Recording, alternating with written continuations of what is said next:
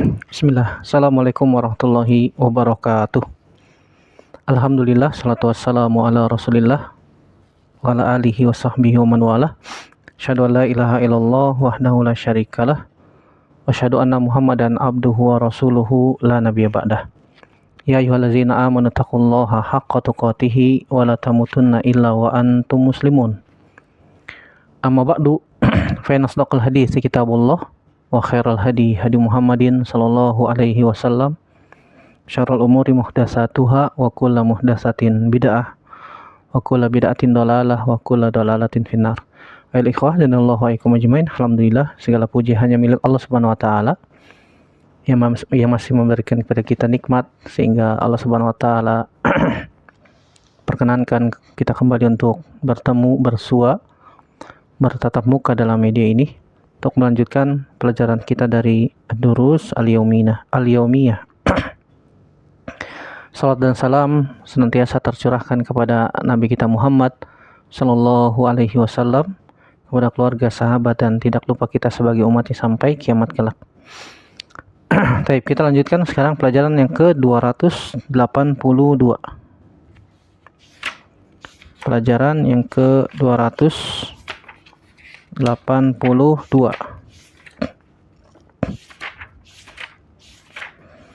yaitu tentang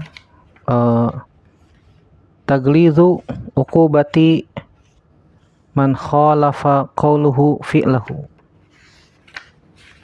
Hukuman yang berat atau azab yang besar atau dosa besar siapa saja yang perkataannya menyelisihi perbuatannya.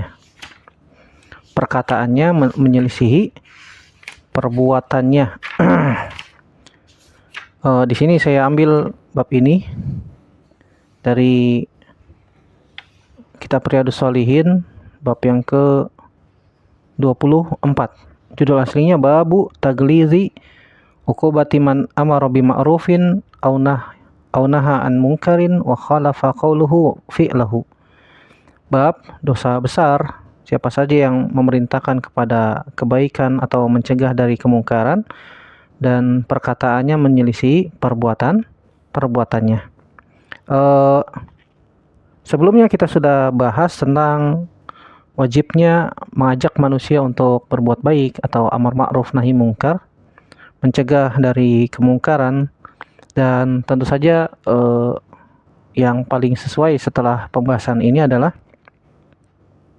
membahas tentang hukuman atau dosa besar bagi orang yang mengajak kebaikan tapi dia tidak melakukannya. Orang yang mencegah dari kemungkaran dia malah melakukannya, wal iyazubillah. Nasallallahu salamata wal afiyah. Oleh karena itu, keadaan yang demikian kata Syekh Muhammad bin Shalih Al-Utsaimin, la yakunu shadiqan fi amrihi wa nahyihi. Dia tidak jujur dalam mengajak kepada kebaikan dan mencegah kepada kemungkaran. Li'annahu law kana shadiqan fi amrihi mu'taqadan anama amara bihi ma'rufun wa annahu nafi'un lakana huwa awwalu man yaf'aluhu law kana aqilan. Kalau dia jujur dalam mengajak kepada kebaikan dan dia yakin bahwasanya yang dia ajak itu adalah kebaikan dan bermanfaat, maka dia adalah orang yang pertama kali untuk melakukannya kalau dia berakal. Begitu juga lau naha an munkarin wa huwa ya'taqidu annahu darun wa anna fi'lahu ismun lakana awwalu man yatrukuhu law kana aqilan. Begitu juga kalau dia mencegah, melarang seseorang dari kemungkaran dan dia yakini bahwasanya itu adalah mudarat dan perbuatannya adalah berdosa, maka seharusnya dia yang pertama kali meninggalkan kemungkaran tersebut jika dia berakal. Faiza amara bima'rufin wa lam yaf'alhu aw naha an munkarin wa fa'alahu alima anna qawlahu hadza laisa mabniyan ala aqidatin wal iyaz billah. Jika dia memerintahkan kepada yang ma'ruf sedangkan dia tidak melakukannya atau mencegah dari kemungkaran dia malah melakukannya, maka kita ketahui bahwasanya perbuatannya itu tidak atau perkataannya itu tidak didasarkan di atas akidah, di atas keyakinan. Wal iyazbillah. Nasallallahu salamata wal afiyah. Kita akan bacakan 2 ayat dari Al-Qur'an dan 1 hadis Nabi sallallahu alaihi wasallam yang berkaitan tentang ini. Yang pertama,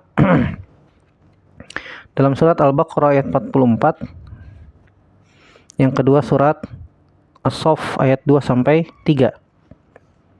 Yang pertama, dalam surat Al-Baqarah ayat 44 Allah berfirman, "Atamuruna an-nasa bil birri wa tansawna anfusakum wa antum tatlunal kitab, afala ta'qilun?" Apakah kalian memerintahkan manusia untuk melakukan kebaikan dan kalian melupakan diri kalian sendiri sedangkan kalian membaca Alkitab? Afala ta'qilun? Apakah kalian tidak berakal?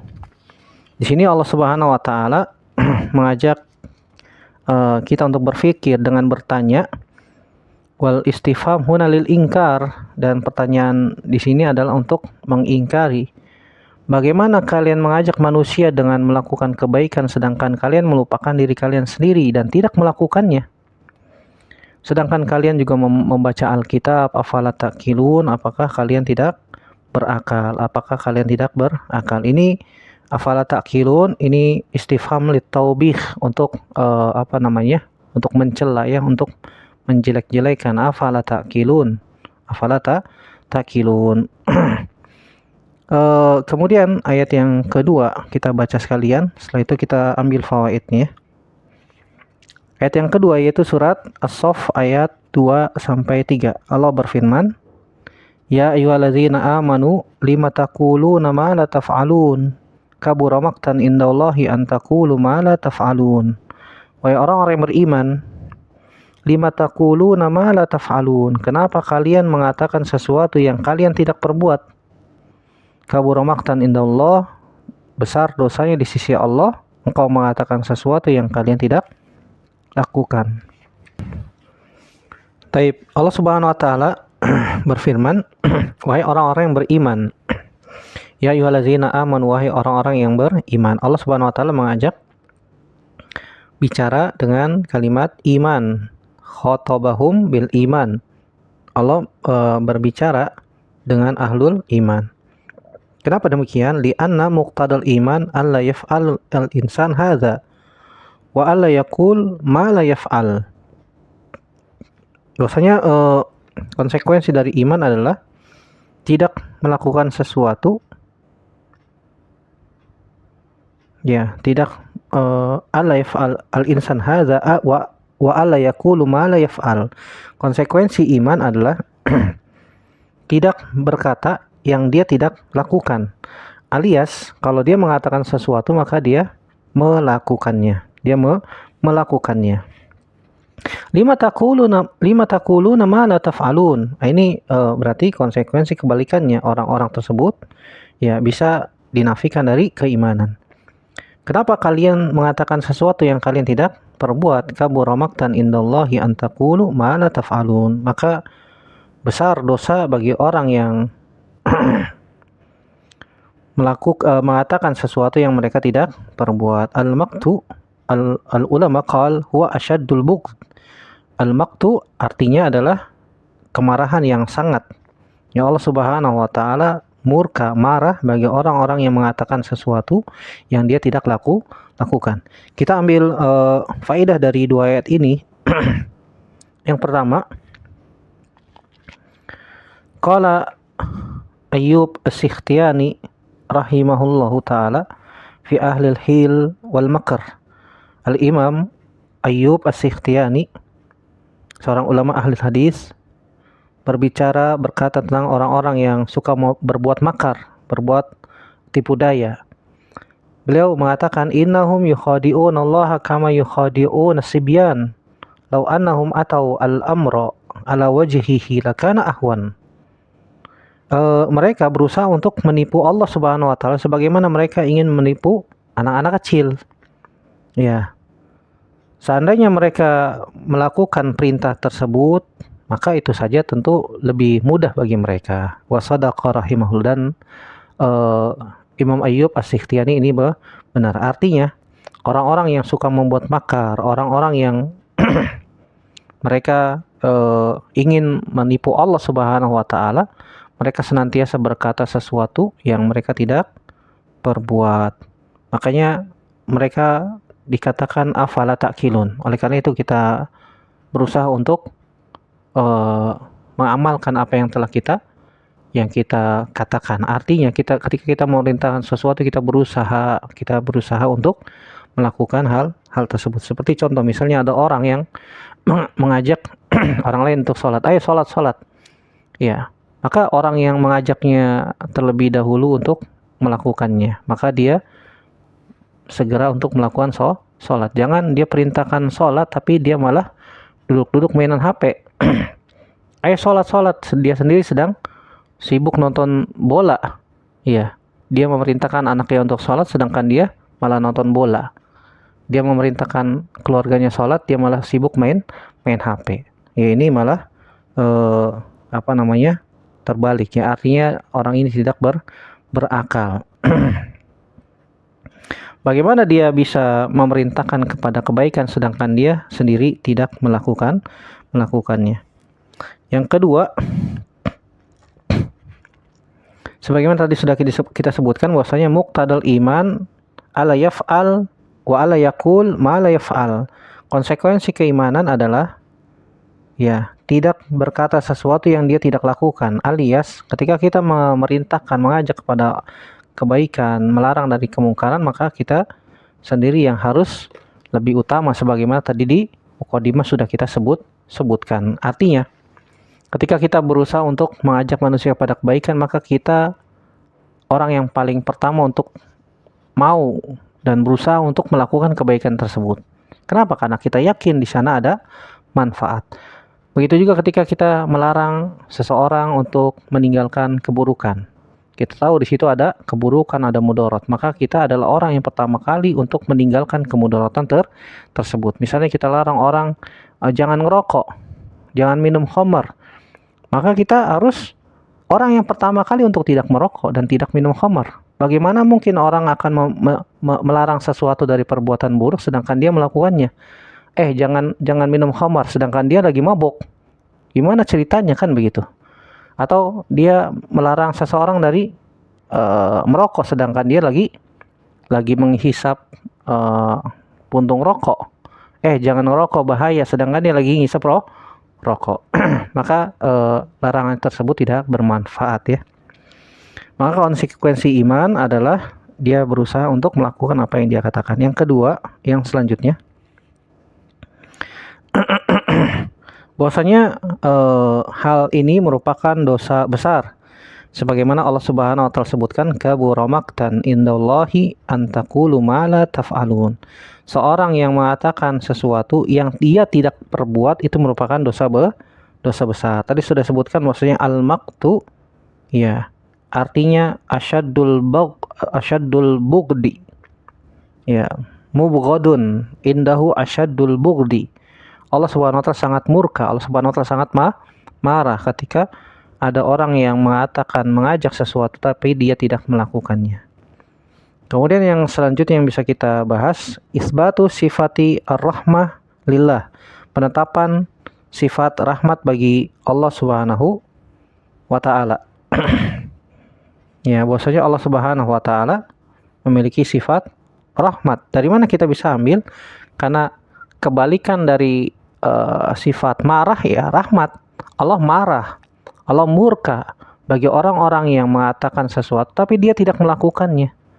Sebaliknya Allah Subhanahu wa taala merahmati orang-orang yang mengatakan sesuatu dan dia melakukannya. Tentu saja ini adalah fahmul mukhalafahnya. Kemudian selanjutnya kita tahu bahwasanya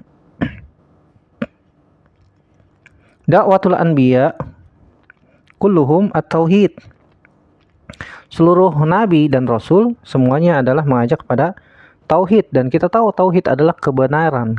Tauhid adalah al-haq, tauhid adalah kebaikan.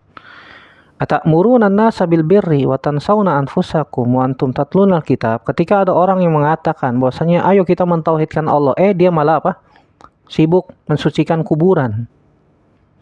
Dia menganggap itu tauhid, padahal itu adalah kesyirikan yang nyata.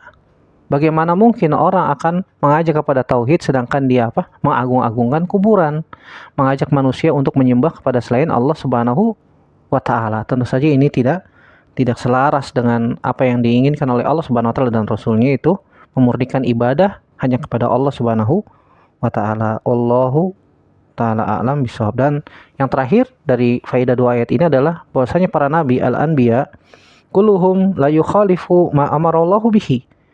Ya, bahwasanya para nabi seluruhnya mereka tidak menyelisihi apa yang Allah Subhanahu wa taala perintahkan. Dan seseorang yang melakukan apa yang dilarang atau meninggalkan apa yang diperintahkan, ini semuanya menyelisihi jalannya para nabi dan rasul, terutama Nabi kita Muhammad Sallallahu Alaihi Wasallam. Taib, kita baca satu hadis Nabi Sallallahu Alaihi Wasallam yang berkaitan dengan masalah ini. Itu hadis Abu Zaid Usamah bin Zaid bin Harisah radhiyallahu ta'ala anhuma. Beliau mengatakan, sami'tu Rasulullah sallallahu alaihi wasallam yaqul, yu'ta birrajuli yaumal qiyamati fayulqa finnari fatandaliku aqtabu batnihi fayaduru biha kama yadurul himaru firraha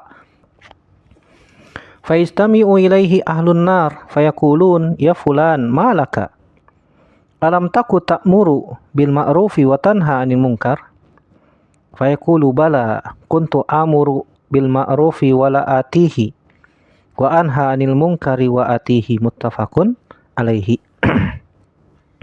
Dari sahabat Abu Zaid Usamah bin Zaid bin Harisah, semoga Allah meridhai keduanya, beliau mengatakan, saya pernah mendengar Nabi sallallahu alaihi wasallam bersabda, nanti pada hari kiamat akan didatangkan seseorang yang dilemparkan ke dalam neraka, kemudian tandaliku aqtabu batnihi, kemudian usus-ususnya keluar dari perutnya, fayaduru biha kama yadurul himaru firraha, kemudian dia pun berputar mengelilingi usus-ususnya tersebut seperti keledai yang sedang mengelilingi gilingan biji gandum atau biji-bijian.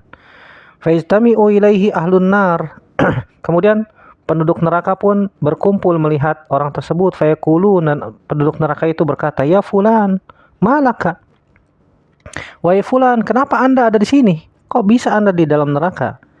Alam taku ta'mur bil ma'ruf wa tanha 'anil munkar, bukankah dulu engkau di dunia suka mengajak kepada kebaikan dan mencegah dari kemungkaran? Fayaqul, kemudian orang itu mengatakan, iya, saya dulu mengajak kepada kebaikan tapi aku tidak melakukannya. Aku melarang dari kemungkaran, aku malah melakukannya. Hadis ini diriwayatkan Imam Bukhari dan Imam Muslim. Dari hadis ini kita bisa ambil faidah, kata Syekh Salim bin Id Al-Hilali dalam Bahjatun Nazirin. Beliau mengatakan, faedah dari hadis ini yang pertama, bayanu uqubati man yukhalifu qauluhu fi'lahu. Hadis ini merupakan penjelasan tentang akibat atau hukuman yang besar bagi orang yang perkataannya menyelisih perbuatannya. Kenapa? Li isyanihi ma'al ilmil muqtadi lil khasyati wal muba'adati anil mukhalafati. Karena dia bermaksiat dan dia tahu bahwasannya konsekuensi dari ilmu itu adalah khasyah, takut kepada Allah Subhanahu wa taala. Dan dia seharusnya menjauhkan diri dari segala hal yang bisa menyelisihi syariat Allah Subhanahu wa taala. Ya, dia malah memerintahkan kepada kebaikan tapi dia malah tidak melakukannya.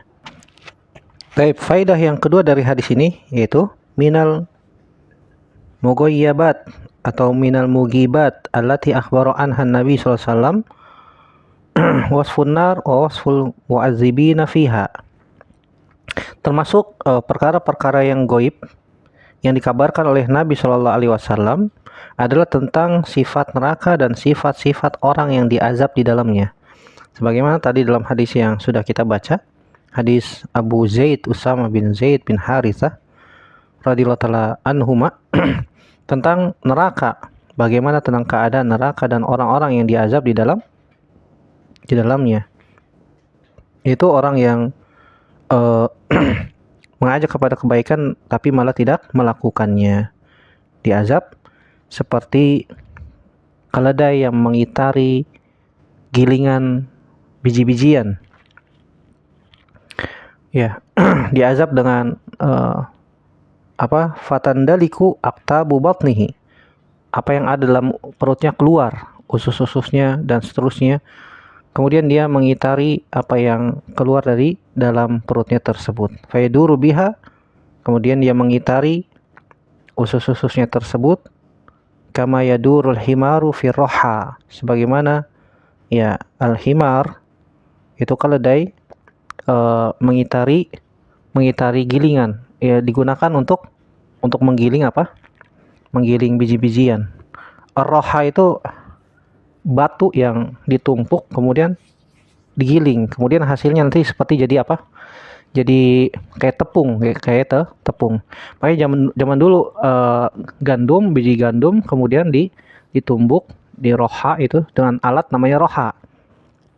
Kayak semacam gilingan gandum. Kemudian nanti akan keluar tepung, namanya tepung gandum. Ya, tepung itu nanti bisa dijadikan apa?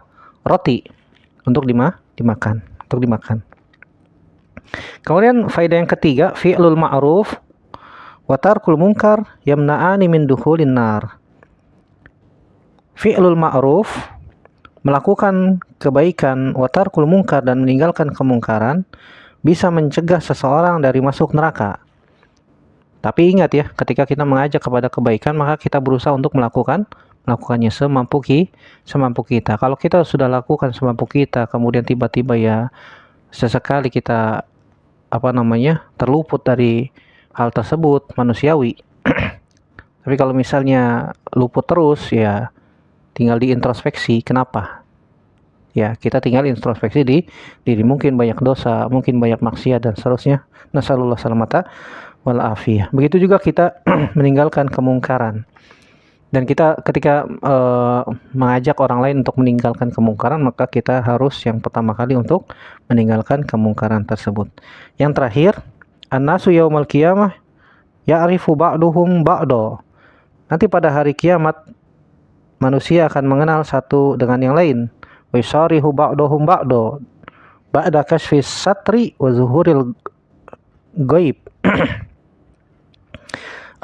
Dan juga mereka ada yang berteriak antar satu dengan yang lain setelah terbuka tirai dan nampak ya ke penghalang dari mereka. Nas'alullaha an yastura uyubana. Semoga Allah Subhanahu wa taala menutupi aib-aib kita semua dan mengampuni dosa-dosa kita semua. Dan kita juga berdoa memohon kepada Allah Subhanahu wa taala agar diberikan kemudahan untuk beramal, diberikan oleh Allah Subhanahu wa taala kemudahan untuk melakukan apa yang kita perintahkan dari kebaikan. Dan tentu saja ini peringatan untuk kita semua yang senantiasa mengajak kepada kebaikan, agar kita memohon taufik kepada Allah Subhanahu wa taala agar diberikan kemudahan untuk melakukan apa yang kita katakan dan meninggalkan apa yang kita larang. Karena orang yang berbicara tentu saja lebih berhak untuk mendapatkan nasihat ini. Dan juga kita mengajak pada saudara-saudara kita, kepada kaum muslimin, agar kita melakukan apa yang kita ajak untuk melakukan kebaikan, dan kita berusaha untuk meninggalkan apa yang kita larang dari perbuatan buruk. Semoga Allah Subhanahu wa taala mudahkan, dan semoga yang sedikit ini bermanfaat. Aku qouli hadza astaghfirullah li wa lakum. Subhanakallahumma bihamdik, asyhadu an la ilaha illa anta astaghfiruka wa atubu ilaik. Wassalamualaikum warahmatullahi wabarakatuh.